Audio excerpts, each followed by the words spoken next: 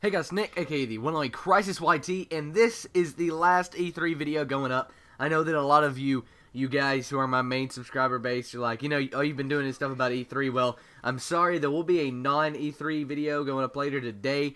Actually, I guess it kind of will be about E3, but it'll be about Halo 4, and I always do Halo 4 videos on Wednesday anyway, so yeah, there you go.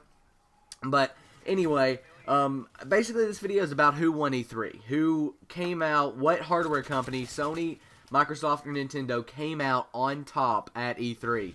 And everybody on Twitter was like saying, I bet you'll say Microsoft, I bet you'll say Microsoft, because I play Xbox primarily. But no, I'm not actually. I think Sony came out on top at E3. I really do. Because they had the most exclusives out of everybody. Xbox really had 0 to no exclusives. I mean, that were big exclusives.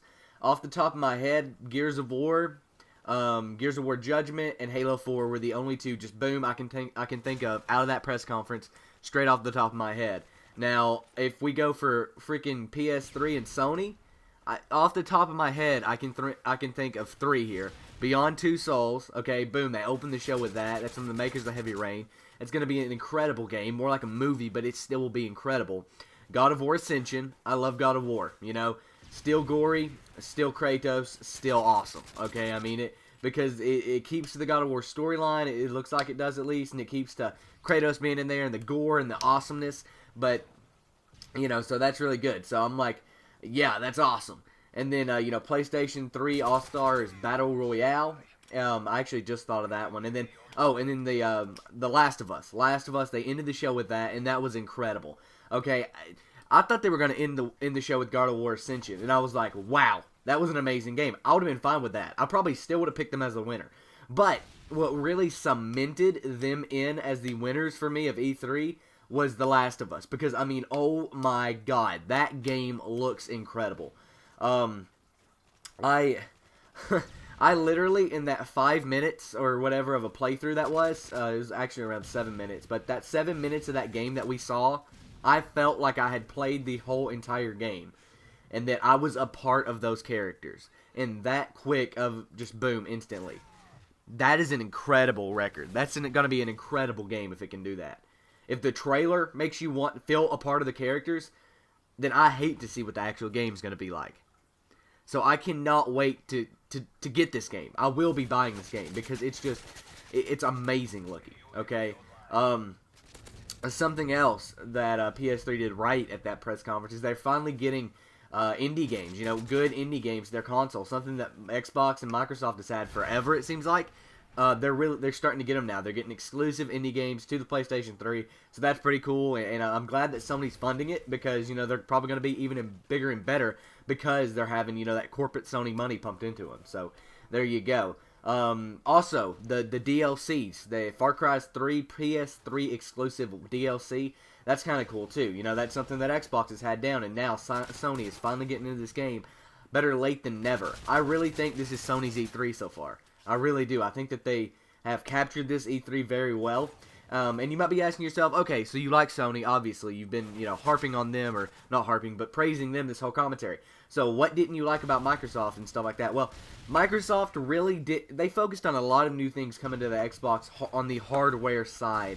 Xbox Glass took up like 15 minutes of the show. And, I mean, isn't it an amazing thing? Yes. But I go to E3, I watch E3 for games. And, they really didn't have a lot of exclusives, two exclusives. And I'm not sure if Watch Dogs is an exclusive to the Xbox 360, but I know it wasn't mentioned in the press conference. So, I don't think it is. So, Halo 4 and Gears of War, and these are 2 sequels. We don't have any new games coming out on the Xbox really either, whereas we have Beyond Two Souls is the start of a new series. I'm pretty sure, and then as well as The Last of Us, boom, 2 amazing exclusives, and then All-Stars, PlayStation All-Stars, is also, kind of the start of a new series, whereas it's taking from other series, but it is new. So yeah, this is an incredible game right now, an incredible E3 so far for me, but I think Sony's won it. Nintendo, basically, the reason they didn't win it was, as always, too family-oriented. And, that's what E3 is, that's what Nintendo is, and that business model works because they make a ton of money. But the thing is, you know, it doesn't capture the hardcore gamers, you know, and I'm a hardcore gamer. I don't play video games, you know, with my family. I play them by myself with my friends over Xbox Live, PSN, and, you know, whatever the Wii network is, which I obviously don't have. And they focused a lot on the Wii U, something that also really knocked their points down and their score down for me. We don't know when the Wii U's coming out or how much it's going to cost yet. So if it's coming out this Christmas, which this, you know, holiday season, which I'm guessing it is, they need to get on an exact release date, and they also really and truly need to get on a price, because, you know, them not releasing it makes me think, wow, this thing's probably going to be really expensive. And if it is, I'm not going to buy it. One turn on to the Wii, the original Wii for the family-oriented games, was it was cheap. It was the cheapest console on the market. So people were like, well, you know, this has a lot of family fun games, and it's not expensive. I'm going to get this, you know. And only the hardcore gamers would pay, you know, $200, $300 for a console, because we know we're going to use it, whereas the family is like, well, we'll probably use this, you know, once a week, but we're not going to use it every day, so we'll go ahead and pick it up for 150, 200, you know, 150, 200 bucks, and when, you know, the PS3 and Xbox are 300, 400 bucks. So there you go. That's who won E3. Sony for me won E3. Tell me who you think won E3. Who came out of E3 with the best console, the best information, and the best stuff coming to their system in the comment section below. If you enjoyed this video, please give it a thumbs up. I'm CrisisYT, and I'm out. Peace. And here are two E3 videos that you guys may have missed. On the left is the Sony press conference breakdown. Basically, I talk about what I enjoyed in the Sony press conference and what was bad in the Sony press conference. They might have won E3, but they were not perfect. And on the right is the E3 Nintendo press conference breakdown, in which I talk about the Nintendo press conference, what I like, what I didn't like.